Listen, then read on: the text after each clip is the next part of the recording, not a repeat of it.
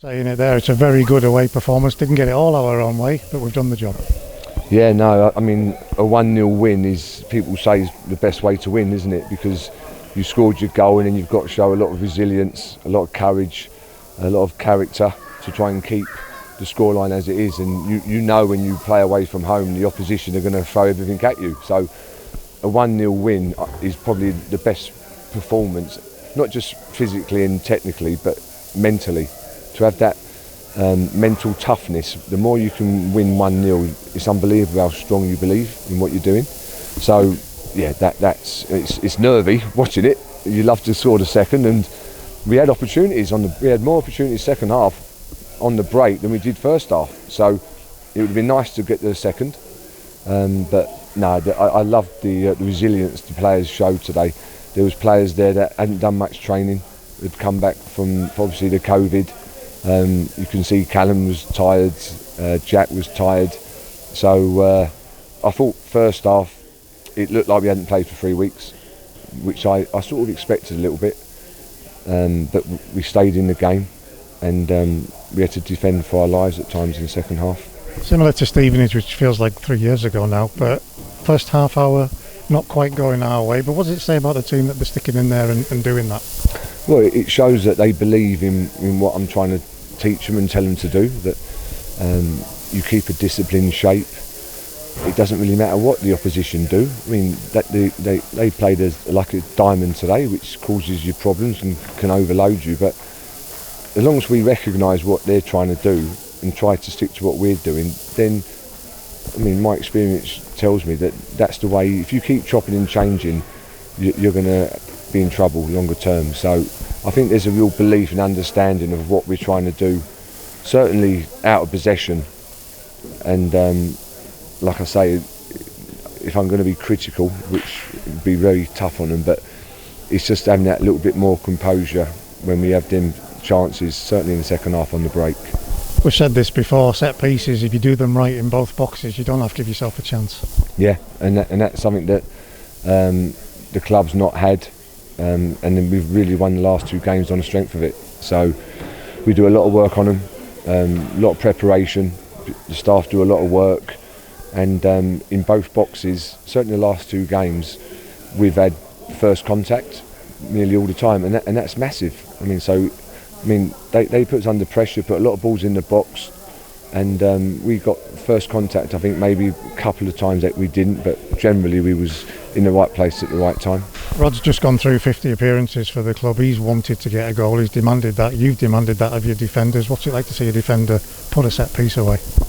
Well, that's when you're a big centre half. When you get sent up for set pieces, you're going up to try and score a goal. So sometimes it's a bit of a mentality and a bit of belief. I mean, I've been there. I know if you've not scored for a while, you sort of go up, but you don't really believe that you're going to score. So the fact that he has, again, just shows that if we do things right in that respect, that you can get your rewards, and that was enough today. Defended as a team today to get that clean sheet.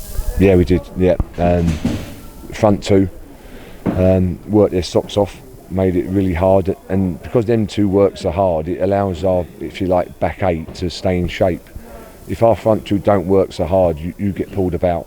So they recognise as a team that we have to work hard, and they're doing that, and they're putting their bodies on the line. I mean, Morg's block in the first half, they had a good bit of play by them, and he was in, and Morg come flying across with great tackle, wasn't it? And that's the spirit that's in the dressing room at the moment. We might have wondered about sharpness, definitely might have wondered about focus. Nothing was in question today.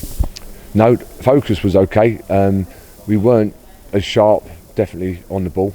We definitely weren't good enough on the ball. I'm not kidding myself. I'm not getting carried away. I want us to be better. I do, and I will keep trying to make us better. But what you're seeing at the moment is a great platform to hopefully build on. And hopefully we're through whatever's been happening the last few weeks, where we've been 3 weeks without a game. Hopefully we can just kick on now. Yeah, I mean, we have to take every day as it comes. We've not been able to train properly because sometimes you've had 10, 11 players. And the players, people forget that they've isolated for 7, 10 days, but they've not been able to train, or they've done a little bit maybe at home. So for them to come back in so quickly and perform like they did, you've got to hold your hands up. Do we know about Tuesday night at all yet? Because I know Harrogate have called their game off today. They've got it in their squad. Yeah, I don't know. You got to worry a little bit that when you call a game off because of COVID, there's a 7-day period. So unless they're getting injured players back, maybe to give them enough numbers, don't know. It'd be nice to know as soon as possible, because obviously we're trying to prepare for the week. Transfer window's open, but what are the boys here now? What have they told you with what they've done today, having come back from that break?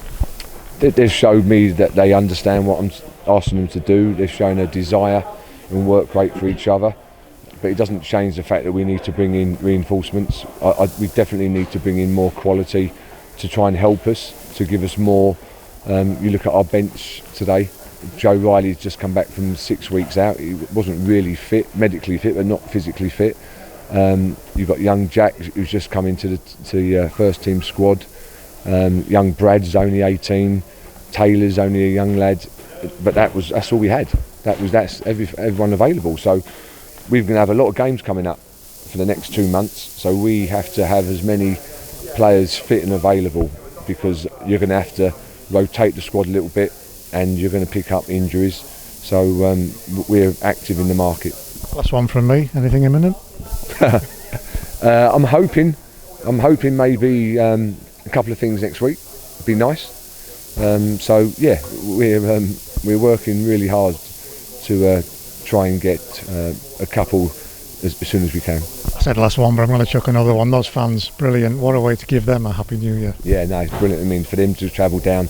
I said to the players in the meeting at the hotel today that we're in an entertainment business. We Christmas, New Year is a tough time for footballers, because normally you play a lot of games, but Boxing Day and New Year's Day is a big day for supporters, isn't it? That's the day they go out and they want to get out of the house and a bit of fresh air. And so to have the numbers we had travelled today and got behind the players again, they can see the desire that the players are putting in, and fans love that. So yeah, Happy New Year to everyone, and hopefully we can carry on now. Thanks, Peter.